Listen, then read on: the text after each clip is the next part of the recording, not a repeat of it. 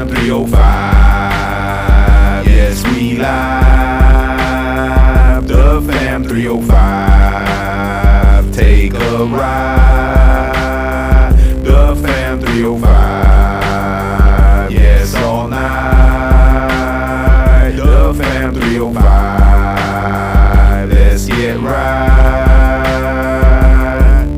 The Fam 305. Sit back and take a ride. The Fam 305. Let Guru pick your mind. The Fam 305. Mama G ready all the time. The Fam 305. K-Dub sniping on the right. The Fam 305. Dre talking ish all night. The Fam 305. Like, share, and subscribe. The Fam 305. The Fam 305. The Fam 305. Like, share, and subscribe. Hey, no pa tanto. No pa tanto. Hey, no pa tanto. Hey, no pa tanto. No pa tanto. No pa tanto. No pa tanto. There you go. All right, y'all. Here's your host for tonight for the Fam 305 podcast.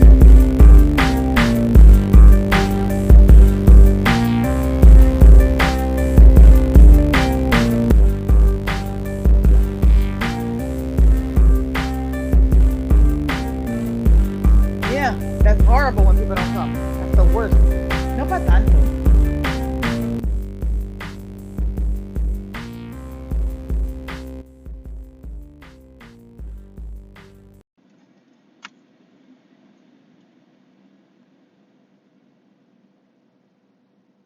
Hey everybody, it's the Fam 305, another a guru solo episode. I am your host for tonight's. We're gonna call this a quickie. Quickie episodes. These are gonna be usually 15 minutes or less. This episode, I'm gonna talk about the Miami Dolphins because they are located in the 305. The Miami Dolphins, if you don't know, it's a football team. They play in Miami, like I said. My favorite team. I grew up watching the Dolphins, and also the other members of the 305. They are also fans of the Dolphins. Not as big as I am, but they're still fans. So this episode, I kind of wanted to talk about the Dolphins, some quick takes about what's going on, what has happened, and what I think is gonna happen during the season. All right. So the Miami Dolphins. Last year they did not make the playoffs. I don't have in front of me the record, but I believe they were 8-8. They were coached by Flores, Coach Flores, Brian Flores, and he was let go. He was not liked apparently by ownership. A lot of things happened leading up to the firing, but basically they were not happy. They weren't that bad. The team was not that bad, but long story short, he wasn't a fan of the quarterback, Tua, and I'm not going to pronounce his last name because I'm going to hack it, so I'm just going to call him Tua. And they actually tried to trade for Deshaun Watson, and if you guys don't know, Deshaun Watson likes to go ham with massage therapists, and he had a lot of problems when he was in Houston, so there was a problem with that, and they kind of wanted all these cases settled, and they couldn't agree that all the cases would be settled, so the Dolphins decided not to trade for him. This was during the season. So that, I think, contributed to the Dolphins' kind of struggles because the coach, everyone knew it was like a dirty secret that the coach didn't like Tua and wanted Watson. Ownership, they were kind of like, yeah, they wanted him. They wanted Watson. So, long story short, they got rid of Flores after the season. All right. So they bring in this guy, Mike McDaniels, who, if you've ever seen Coach Mike McDaniels, I say the guy looks like either A, he looks like a weed dealer, somebody that you buy your weed from if you're like in the Midwest. You know, he doesn't look like a head coach. Also, maybe Uber Eats or somebody that's delivering your food. He kind of looks like that guy. He doesn't look like a head coach. Okay. And I will say this, and I take this from going on Twitter and looking at pictures and people making comments. The guy knows his fashion. He knows style. Whenever you see him, he's always rocking a nice, expensive watch. I don't know what kind of watch it is. Okay, the only watches I wear that are kind of expensive are Invicta, so it looks like an Invicta, it probably isn't. And he wears these shoes called Wheezies. Again, I heard they're very expensive, very expensive. Again, so the guy knows he knows how to dress. All right, does he know how to coach? We'll see. All right, he came from the 49ers.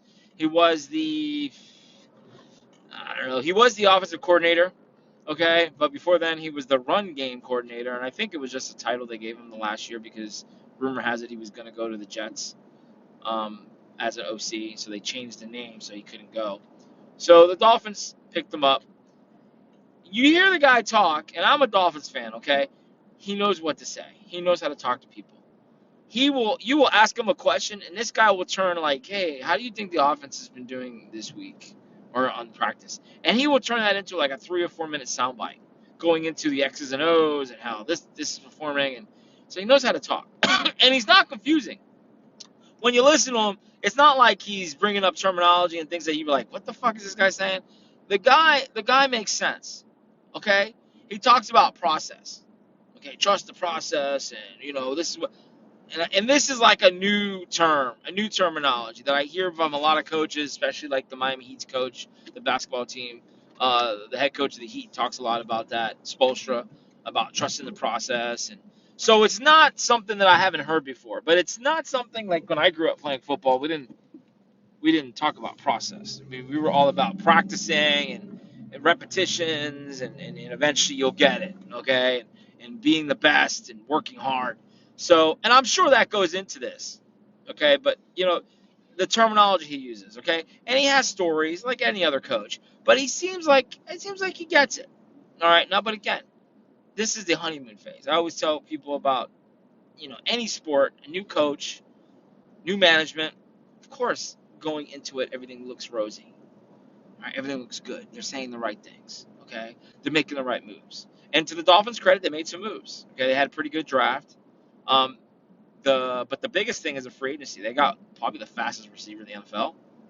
Okay, the cheetah, Tyreek Hill. So I like the moves that they have been making. Another guy they got was Raheem Mostert, who played on the 49ers. Injury prone, yes, but when healthy, probably one of the fastest running backs in the NFL. So they got speed. Okay, they're making moves. They got a coach that's offensive oriented. The guy knows his offense. Okay, running game. If you've watched the 49ers over the last few years, they can run the ball. Okay, with different running backs. Okay, they're able to run the ball. Okay, so hopefully he brings that to the Dolphins, because those of you that are Dolphins fans, what has been our Achilles heel the last few years? Our running game. Pitiful. Pitiful. Don't tell me Myles Gaskin is pretty good. Trust me. He tries, but he's not the answer. Okay, so we got some guys. He picked up Tyreek Hill, the cheetah. Okay, they picked up Cedric Wilson from the Cowboys, another good receiver that's gonna help over the middle. Okay, they drafted a couple. This I didn't even pronounce his name. They call him Easy E. Okay, um, we'll see. Okay, I don't. And I've never and kind of fast forward to talking about the camp. You hear things about this guy Braylon. Pardon me if I don't know the guy's last name. I don't want to say Braylon Edwards because it's not Braylon Edwards. It might be. But they're practicing in shorts right now. I mean, they're in shells, meaning they have their helmet on and they got their top pads on, but they're not hitting. They're not hitting. So I take a lot of shit that I'm seeing and hearing from camp, from other people. And again, I have not been to camp, and I'm not.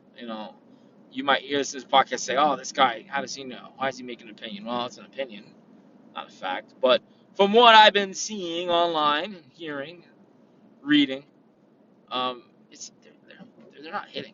They're gonna hit on Tuesday. Okay, coming up early August. So whenever you hear this podcast, where this podcast is recorded on July 31st,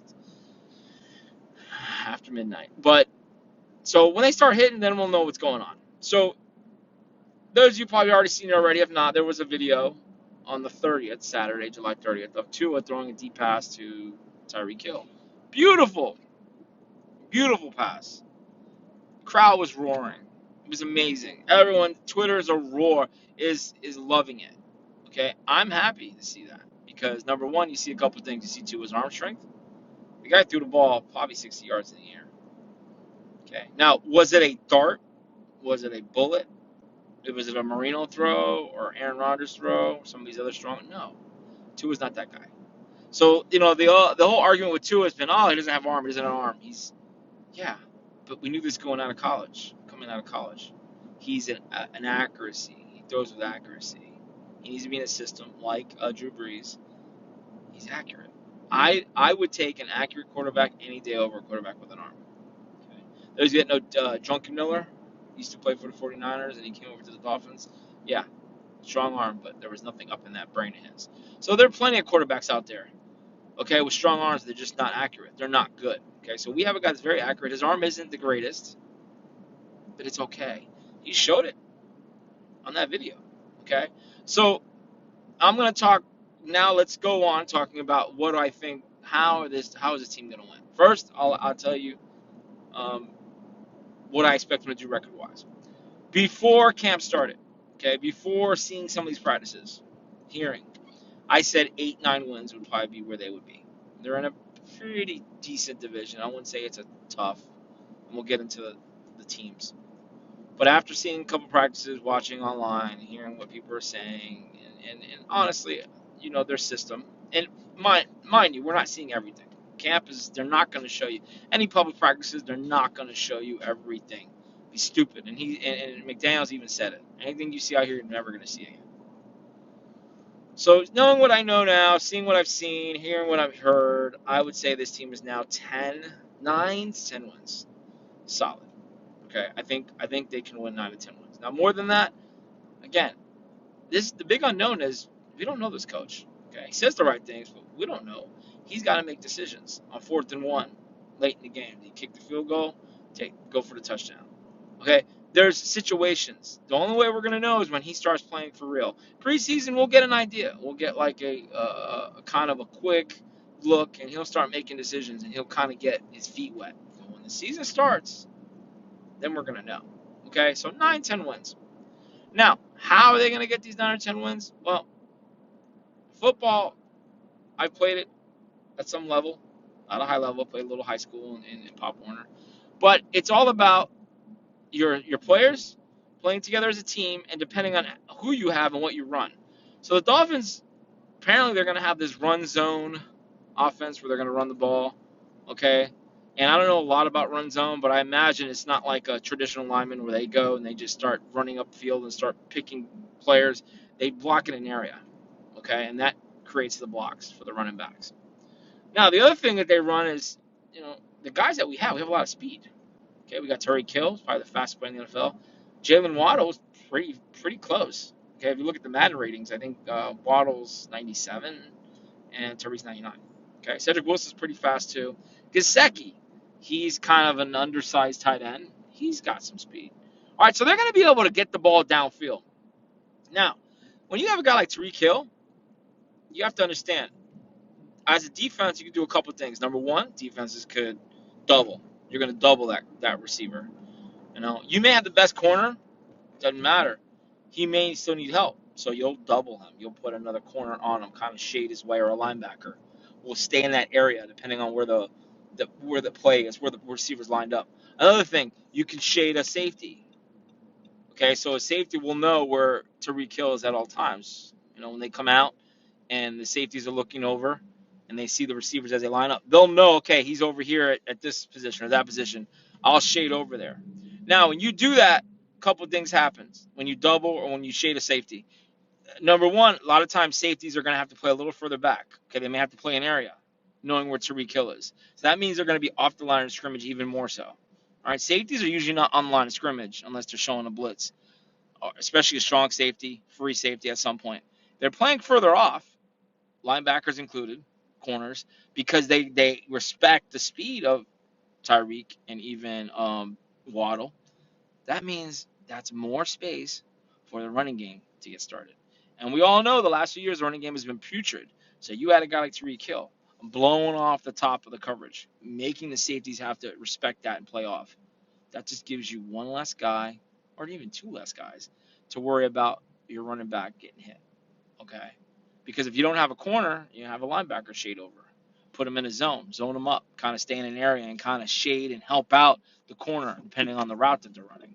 Okay, this schematic, what they're doing is they're saying, hey, we don't want Tyreek to be this deep. So doing that means the Dolphins are going to be able to run the ball, right? So they're going to be able to move the ball downfield, and assuming Tua does what he's supposed to do, and the running game with Mostert, Sony Michel, that's another running back they picked up.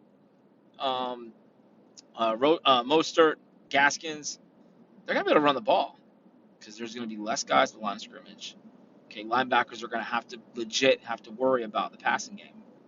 Okay, because if they blitz, if they sell out to the run, guess what?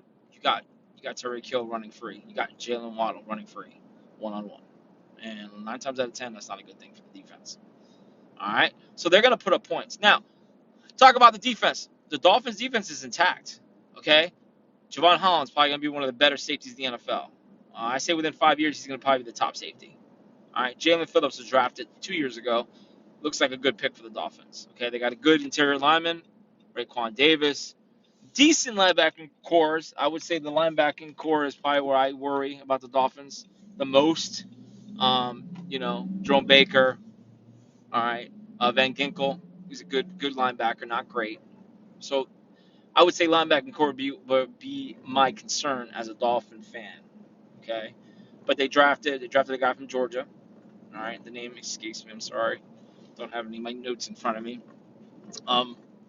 So we'll see how he does. Okay, it looks like a banger. Looks like he can hit a little bit.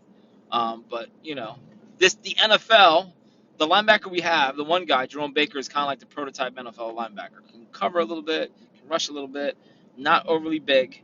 Okay, he does everything well and doesn't do one thing great. Okay, so that's why I talk about the linebacking core being a bit of a weakness for this team. Corners, look, we got the top corner in the NFL, unless you go on Madden, which is not in the top 10, Xavier Howard, which I think is a travesty, but whatever. Byron Jones, who I like, but again, I think they're overpaying, and he's injury prone. Okay, so depth is a concern. They got Nick Needham as a slot corner. They got Noah Igbinoghene. I'm probably mispronouncing his name. I'm sorry. Number 9. He's getting better. Although he was the one that was torched in the Tyreek Hill bomb video on July 30th. So, yeah, number 9. He was burned. But he was close. He was pretty close on the coverage, so it wasn't all that bad. All right, so their defense is going to be good. So here's what I think is going to happen in most games. I'm not saying every game, okay? Because the NFL, anything happens. Okay, any team could lose at any point. Okay, all right. A lot of times the Dolphins are going to be running with the lead. Okay, they're going to be running the ball. They're going to be scoring points because most defenses aren't going to be able to handle what the Dolphins are going to be able to put out. Okay, for the most part, right? They're going to be ahead. 14 points, maybe 21 points. The defense will adjust, or the offense, for example, the team, I think they're playing New England week 1. Now, we go up 21-0 against New England, all right, first quarter. New England's not going to run the ball anymore, okay? Their game is running game, play action. They got Mac Jones, all right? Now, if they're down 21-0, you think they're going to run the ball? No, they're going to have to pass a little more. Their tendency is going to say, hey, we need to pass the ball more to get down the field to score. We don't want to run out the clock, okay? But that's good for the defense. Now, why? Guess what? The defense is going to have to play, hey, we know they're going to pass. Now we can pin our ears back and rush the quarterback. We don't have to worry so much about the running game. Okay? So that's going to play to our advantage because we have dogs. We got dogs. Jalen Phillips, Ogba. Okay? Christian Wilkins can get to the quarterback. Hell, they just they signed the guy from San Diego. Name escapes me right now. Okay? They got some dogs. Okay, so they're going to get to the quarterback. So this is going to be a fun defense to watch. And they're intact. It's the same defense that Florence ran last year with Josh Boyer. And, that was a good thing. So, yeah, I expect them to win 9-10 games with this defense and the offense putting up the points. Now, are they going to get to the Super Bowl? No. Are they going to get to the playoffs? I think they will. I think they're going to get to the playoffs, and they may lose in the divisional round. Now, the problem they're going to have is playing Buffalo. Buffalo is better than them. Now, I don't expect the blowouts that are going to happen in the past because in years past, it was like you played Buffalo the last 2 years. It was like, okay, they're going to put up 30 on us. And we had no answer because Josh Allen is a bad man. All right? But now I think it's a little different. We're going to put up points. They're going to put up a little bit of points. I think it's a dogfight. I think we split the series with them. I think we beat them down here, and they beat us up in Buffalo in December with the snow. Okay? New England, I think we beat them both times. New England, in my opinion, they're a mess in the sense that their coaching staff, they've lost Josh McDaniels. Belichick calls the defense. Offense, he's got Matt Patricia, who was a defensive coordinator, now is calling plays on offense. Go figure that out, okay? I think there's going to be some issues in that team. Mac Jones is a pretty good quarterback. They have a running game. but I won't doubt it. But I will say we're going to sweep them. The Jets, listen, everyone's talking good about the Jets in the division. Zach Wilson and that running back, they got Bryce Hall, and they drafted a receiver, and they got some guys and some pieces. Great, lovely. But guess what? If Zach Wilson doesn't improve from last year, they're not winning but 5-6 games. All right, so I expect us to sweep them. Okay, I just do. I think Zach Wilson is just another line of wasted Jets quarterbacks that they drafted, but we'll see. All right. Again, so I think we take that. I don't know. No, take division. We're not going to take the division, but I think we're going to be in second place. So that gets us probably in the playoffs with 9-10 wins. All right, looking at the rest of the schedule, we play Green Bay Christmas Day, Monday night. We'll see. I mean, it's early. As we are now on paper, I think we got a chance against them. Okay, but it's Aaron Rodgers, right? We play Pittsburgh on a Sunday night game, I believe in October. Going to be a good game. Again, take nothing from Pittsburgh, but I think we got them. Trying to remember the rest of the schedule. Baltimore, we have Baltimore in Baltimore. They played us tough in the past, so that I see that as a problem game. Okay, they were our arch nemesis. We could not beat them. All right. Although last year, I guess we cracked the code and we put it to them. So maybe, but we're going to Baltimore. Home advantage is definitely plays a key in these games. So look at that. Cincinnati, we play this year. Depends on Burrow. Again, Burrow's got appendicitis. He may not be coming back until that game. So appendicitis is no joke. Okay, so he's going to be out a couple months. So I expect us maybe to win those games. So again, those are just a few of the games that I talked about. Again, 9-10 wins is not out of the question, and I will go with the 10. I'm going with a soft, confident 10. Okay, I'm not going. Some people are saying 11 wins, maybe 12. Listen, it's the NFL.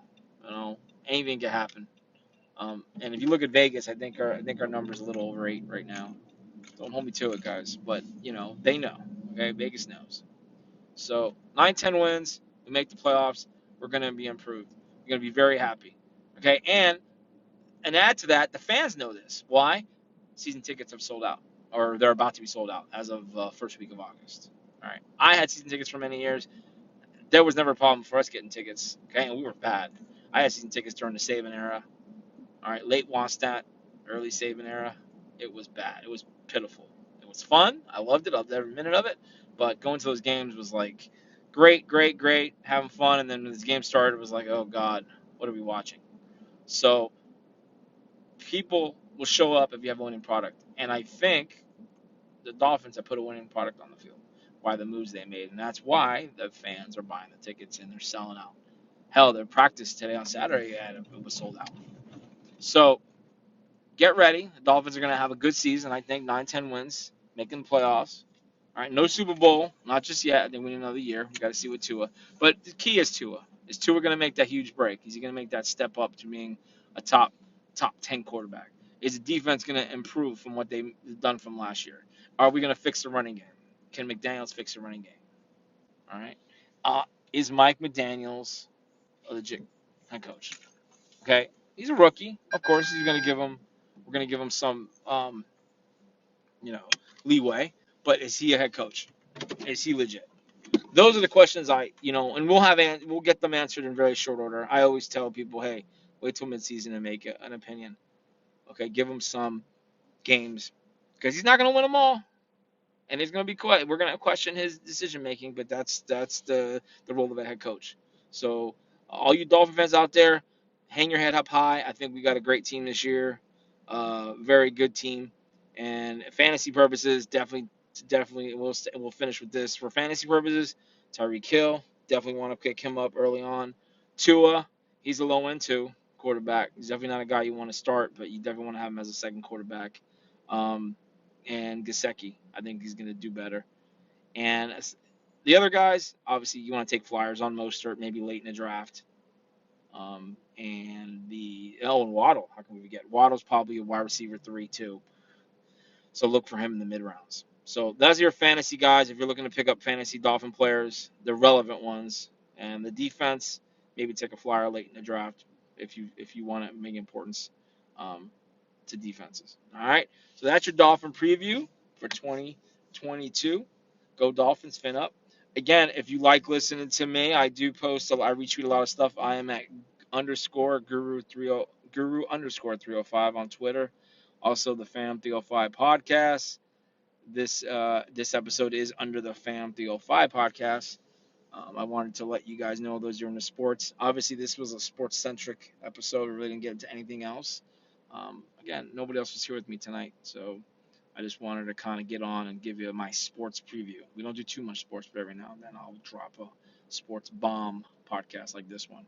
So again, thanks for listening to us, the Fam 305. Remember, we are on all the major podcasting apps, Apple, obviously on Anchor, Amazon Music, okay, Stitcher.